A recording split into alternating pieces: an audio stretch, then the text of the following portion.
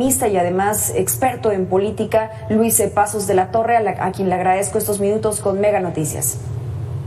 ¿Qué tal? Bueno. Sí, don Luis, ¿lo escuchamos? ¿Usted nos escucha a nosotros? Sí, los escucho a ustedes. Adelante.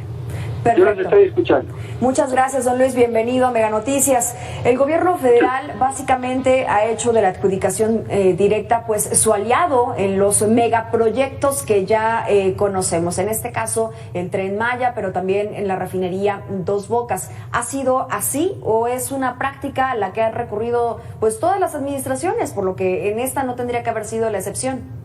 ¿Qué opina? Bueno, la asignación directa efectivamente se ha usado en muchas administraciones. No quiere decir que la asignación directa sea exactamente equivalente a corrupción, pero la facilita. Lo recomendable es que haya una licitación pública. Hay veces que los contratos son tan pequeños que ya hay, podemos decir, proveedores y se hace, pero dado que este gobierno atacó mucho la corrupción, y que una de las puertas a la corrupción es la asignación directa, pues lo lógico es disminuir la asignación directa y más en contratos muy grandes. Tenemos que hasta el sexenio pasado, desde hace 3 sexenios, el porcentaje de asignaciones directas entra del 74 al 78% de los contratos del sector público federal. En este gobierno, en lugar de bajar, ha subido un poco. Ya andamos arriba del 80% de asignaciones directas. Y también, pues, hay muchas quejas de corrupción, porque la principal bandera del actual gobierno es combatir la corrupción. Y para combatir la corrupción, pues, necesitamos más transparencia. No se va a combatir nada más retóricamente, ¿no? Entonces, una de las formas de combatirlas es buscar aumentar el número de contratos de asignación directa y de transparencia.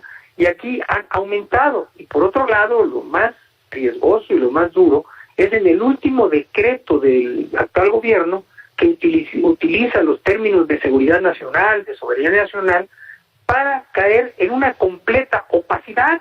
O sea, bajo esos términos ya no tiene el gobierno que dar explicaciones ni en qué gasta ni cuánto gasta. Y vemos que hay obras pues que se llaman las obras capricho, que no son convenientes en este momento, o que el gobierno que las financie. Por ejemplo, cuando el presidente era presidente electo, le dijo a un grupo de empresarios: el aeropuerto lo van a construir ustedes. Y a mí se me hizo muy lógico, dije, vamos bien con el presidente. Pero después lo convencieron, y es triste decirlo, un empresario que ha sido constructor, fue el constructor del segundo piso, pues lo convenció que no, que ahí no sirve a Texcoco, que se fuera a Santa Lucía, porque él había concursado en Texcoco y perdido. Entonces empezó con los de Santa Lucía, que pues a todas luces, y hay técnicos que lo han dicho, no hay compatibilidad, es peligroso, riesgoso, pero ahí este amigo pensaba que le iban a dar a él la construcción de la creación de Santa Lucía. Era tan evidente que el presidente le tuvo que decir: fíjate que no te lo puedo dar a ti, y se lo dio a los militares, que los están agarrando para funciones que no son de ellos. En el caso de este aeropuerto, si fuera un aeropuerto militar, que lo construyan ellos, pero si no, lo deben construir los civiles, porque es un aeropuerto civil, no tienen experiencia, aunque han hecho buen papel, pero no tienen experiencia. Entonces, ¿qué tenemos? Que hay una mayor opacidad en este gobierno que en los gobiernos anteriores. Y por ejemplo, la Secretaría de Salubridad pues ha hecho un papel tremendamente negativo, porque además de que no ha podido distribuir, no ha podido comprar las medicinas, ellos llegaron y dijeron: para acabar con la corrupción, vamos a acabar con todos los proveedores. Ahora, nuevos proveedores. Y esos nuevos proveedores están pidiendo dinero. Yo conozco gente que podemos decir que vendía a la Secretaría de Salud, que ganó licitaciones públicas y que se las quitaron para dárselas a otros contratistas que les daban dinero. O sea, que quienes estamos analizando el sector público vemos, desgraciadamente, que hay, no igual, más corrupción en este gobierno. Los Pemex la saquearon el sexenio pasado, pero actualmente sigue perdiendo dinero, cada día pierde más, igual la CFE.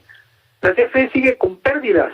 ¿Por qué? Porque siguen las altas deudas, siguen los altos salarios, no hay transparencia en lo que ellos contratan. Entonces, mi punto de vista es que están engañando al presidente, a lo mejor se deja engañar, pero tiene junto a él un equipo de gente que más que amiga es enemigo y que sabe que el manejo de empresas estatales es la mejor forma de enriquecer a los funcionarios. Aquí en Brasil, en Venezuela, es un ejemplo de que por eso son los gobiernos estatistas, por eso hablan de soberanía nacional para manejar el petróleo, para manejar la electricidad. En Estados Unidos, que no es un país del otro mundo, simplemente es una economía con más mercado que Estado, pues ahí producen electricidad más barata que en México y ganan las empresas. Aquí están perdiendo dinero y le dan a los empresarios más alto. La gasolina es también más alta en México que en Estados Unidos. Aquí pierde Pemex y allá las empresas privadas dan gasolina más barata y ganan dinero. Entonces, ¿por qué lo sigue haciendo el gobierno? Bueno, pues con el mito de que somos medios socialistas, izquierda, que la soberanía nacional, lo único que están haciendo es mayores pérdidas para el Estado y mayor corrupción. Y esto, ahí están los datos para comprobarlo. Luis Pazos, cuando usted dice, están engañando al presidente, quien le esté asesorando, quien le esté diciendo este tipo de cosas que funcionan de mejor manera, pero también escuchamos al propio presidente o cuando lanza, por ejemplo, este acuerdo que usted mencionaba hace unos momentos, que fue conocido como el decretazo, básicamente para blindar sus obras prioritarias, pues esto el presidente también debería de saber que fomenta la corrupción. ¿Es realmente la gente que lo está asesorando o el capricho, como usted lo ha catalogado, de las obras prioritarias? Mire, le voy a decir un latinazgo que utilizamos cuando damos clases y que cuando estamos analizando, dice, del internis ni que iglesia, de lo interno ni la iglesia.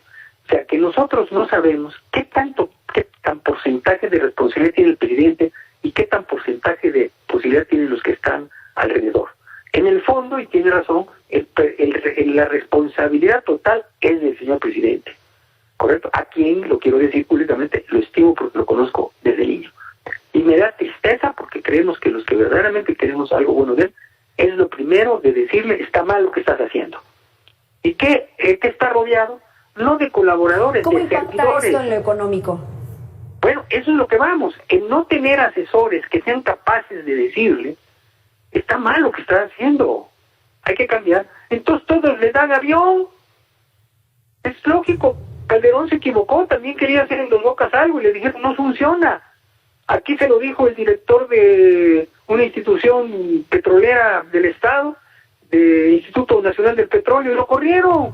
Entonces tiene a su alrededor una serie de ambiciosos que le dan números, por ejemplo, digo números de la inflación, y habló de que la inflación en otros países es del 12%. Yo ya chequé y voy a sacar un Twitter sobre eso.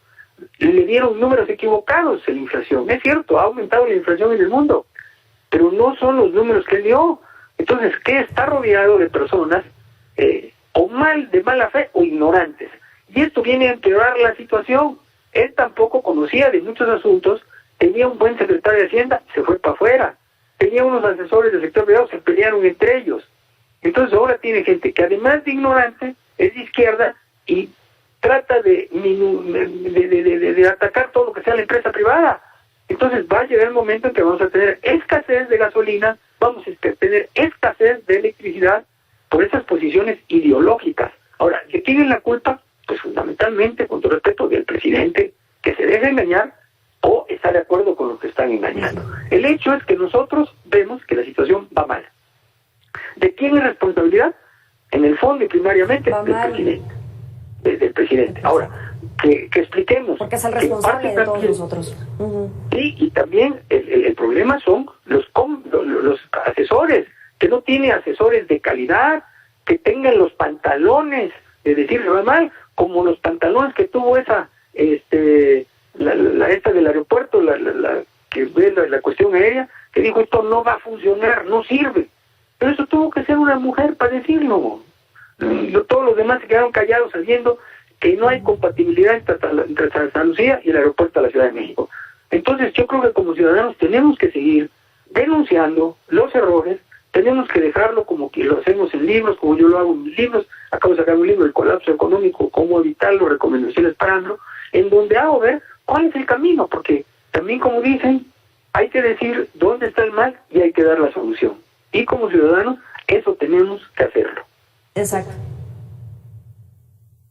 Totalmente. Luis Pasos, le agradecemos estos puntos de vista, estas opiniones, su conocimiento también con Mega Noticias. Ojalá podamos platicar en otra ocasión, porque este tema pues tiene que voltearlo a ver el presidente. Gracias, Luis Pasos. Al contrario, Missy, mucho gusto en saludarle y a todo su auditorio, y gracias por darme la oportunidad de platicar con el auditorio. Hasta luego. Igualmente a usted, profesor en Economía Política. Vamos a hacer un corte, pero de regreso no se vaya. Ya están listos los deportes.